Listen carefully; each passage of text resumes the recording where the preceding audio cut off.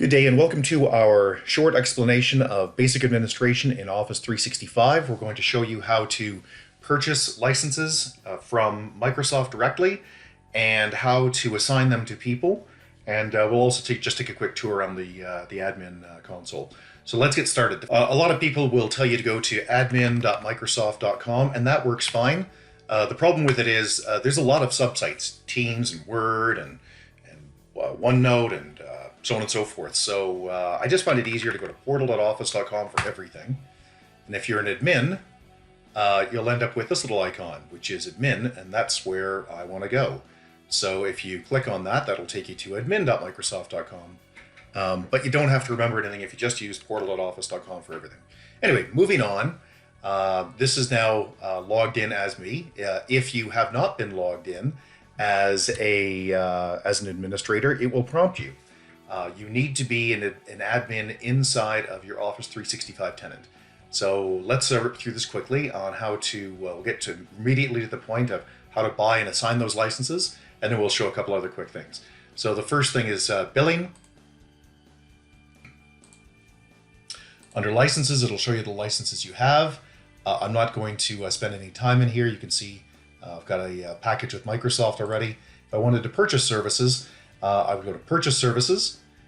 So you can see under that Microsoft has just recently changed this. It used to just be a giant list of things. Now they are broken into their different categories. So you can see here, these are business apps. This is Office 365 apps. I can show all 21 of these.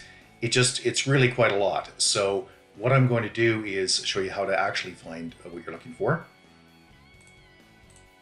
So the easiest way to find what you're looking for is probably just go to the top and do a search. So let's just search for project. Say I just wanted project. Got to spell it right though, that does help.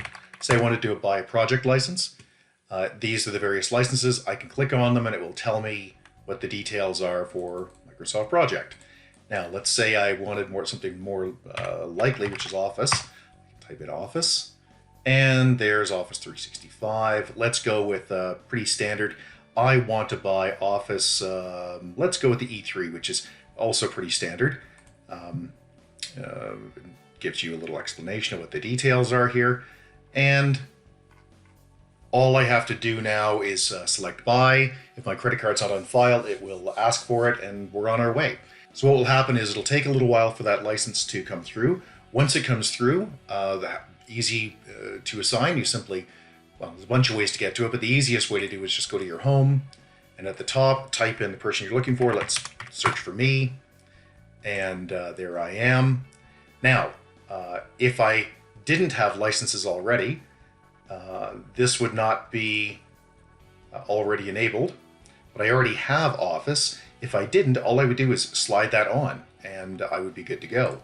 So I can drill into a particular Office here, and then I can expand Office and I can see all of the sub products. So I can go into here and say, you know what, I really don't want anybody to have the Staff Hub, so I'm going to turn Staff Hub off, or Kaizala, or whatever else. I don't want people to use Sway. You can see I've turned these off. The very first time you go into it, it's going to ask you for your country. That does not affect where the licenses are stored. Your licenses and your products are stored in wherever your tenant is stored, but it does affect whatever the legal requirements are for your territory. So let's get out of here. We'll show you a couple other quick little things. Let's close this. Microsoft has simplified this quite a lot. On the left here, I can click Show All, however, and that will expand. And they've got a section called Admin Centers. So if I needed to make an exchange change, I could drill into the Exchange Admin Center, and it will load in just a minute. There it is. That took longer than usual. And I can drill through here and I can do whatever I need to do. I'm just going to close that because I don't care about it. You'll notice that there's even more admin centers than what are listed here. So I can click on all admin centers and now I can see them all. So if I wanted to go into the Teams admin center, I can click on that. It'll sign me in. And here we are. Now I can go through and I can set policies or whatever else. If I have a question or a problem that I can't solve by myself, I can click Need Help down here. In older versions, there was a little red button that said Need Help. then I could type in something like exporting whatever my question is, data to PST. Let's see what that says, and it'll come up with some sort of response. And I can say, yeah, I can click on these and it'll take me through the wizard, or I can say none of these, and then it will give me the option to get a hold of Microsoft and get support. So I'll say no, none of those help, and I can say contact support. In the title, I put in whatever I would like, so export to PST. Whatever the problem is, corrupt files, whatever it may be, whatever cell phone you want them to call you back, or phone number you want to call you back on, and whatever email address you want to use. And what they will do is they will get back to you a little bit faster than you might expect. So most people want to schedule a call back, or in this case, just respond within 5 hours. That's okay. And click contact me. And then from that point on, your tickets will be available to you in the same place. So once you've clicked contact me, a number will be assigned. You'll receive an email. You can then close this window, log out, come back the next day, go back into need help. And you can see that these are service requests that I'm working with right now. So I have an Office activation problem I'm working on right now with Microsoft.